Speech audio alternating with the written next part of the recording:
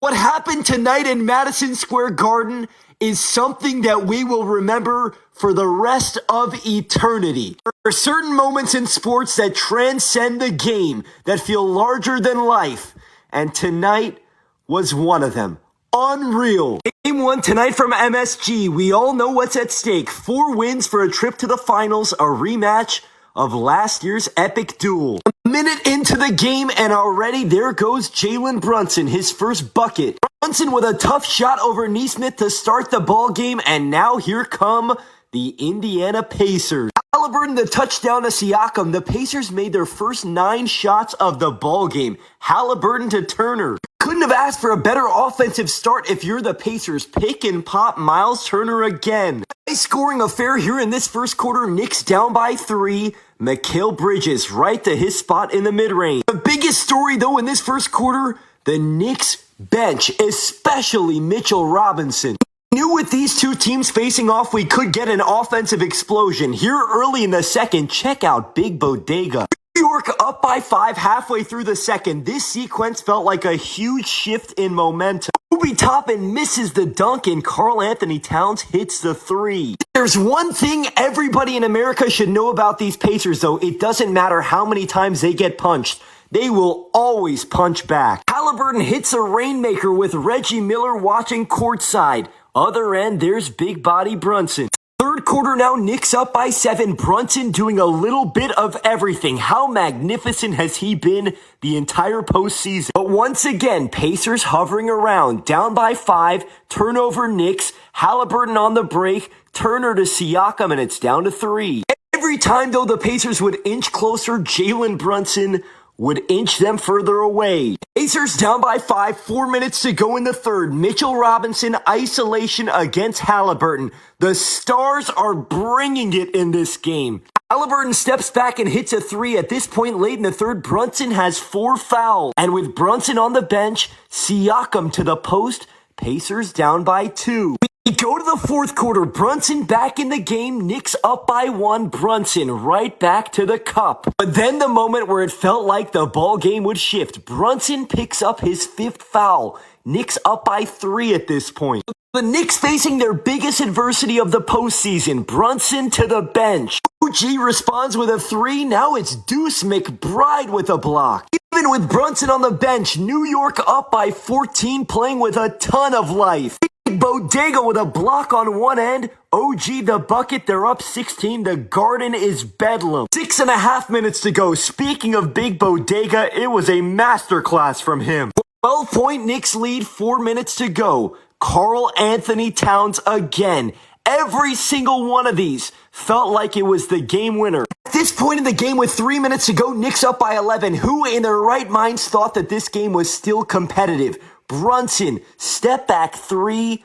Another shot that felt like it could be the dagger, but we know better than to count out this team. There's a minute left in the game. Pacers are down by 9. If you're a Knicks fan, now is the time to close your eyes. Nesmith hits the 3. Now it's a 6-point game, but Cat with the layup. What happened next can only be described as otherworldly. Nesmith again. Now it's a 5-point game, and it's shades of that comeback that they had against the Bucks and the Cavs. Siakam forces a turnover, and it's Reggie Nesmith, another one. Now the Knicks are officially sweating. What at first seemed inconceivable is now realistic. Cat hits the first free throw, but the second one, no good. The other end, the Knicks could have elected to try to get a stop up by 3, but instead they elect to foul intentionally. Smith hits 2 free throws. The lead is 1.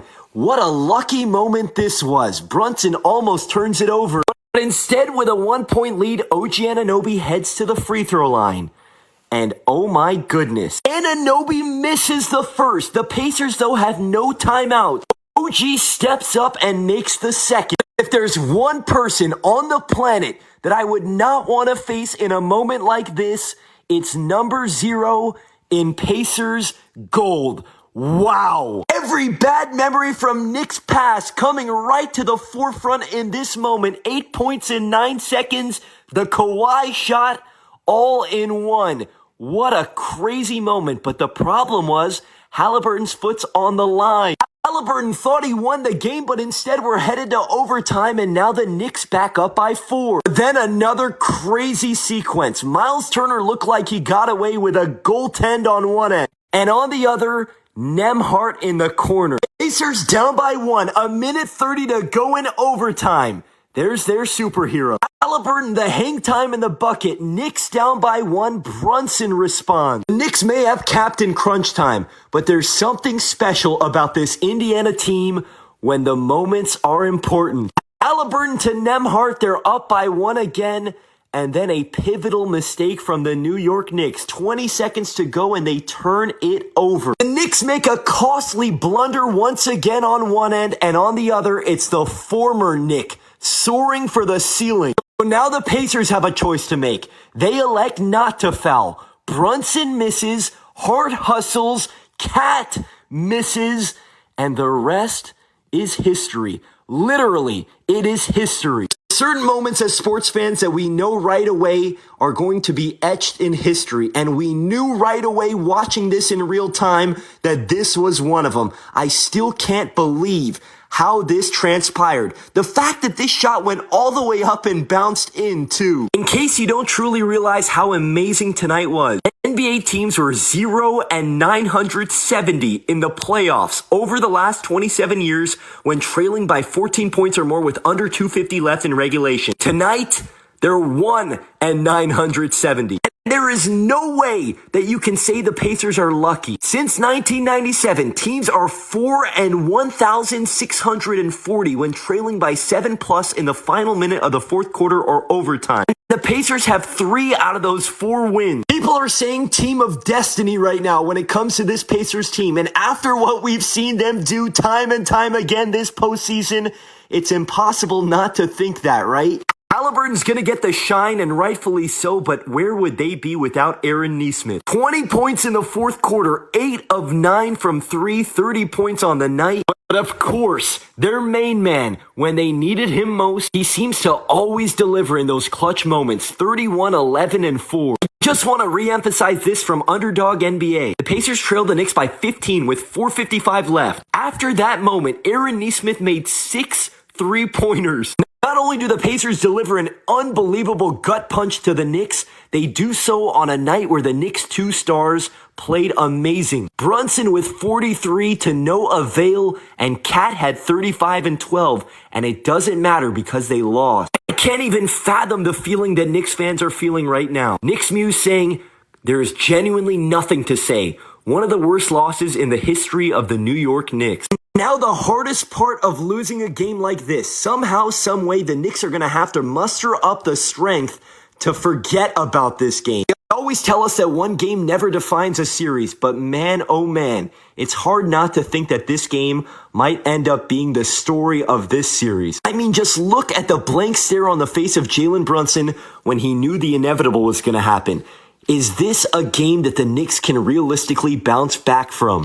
By the way, Knicks fans might not agree, but to me, that was the best game of the 2020s so far. In this decade, I think this was the most memorable game that we have seen so far. Do you agree? And also on that same note, this has to be the most epic collapse that we've seen. Even after reliving all of that, this still doesn't feel real, and it probably never will. But remember, overrate that.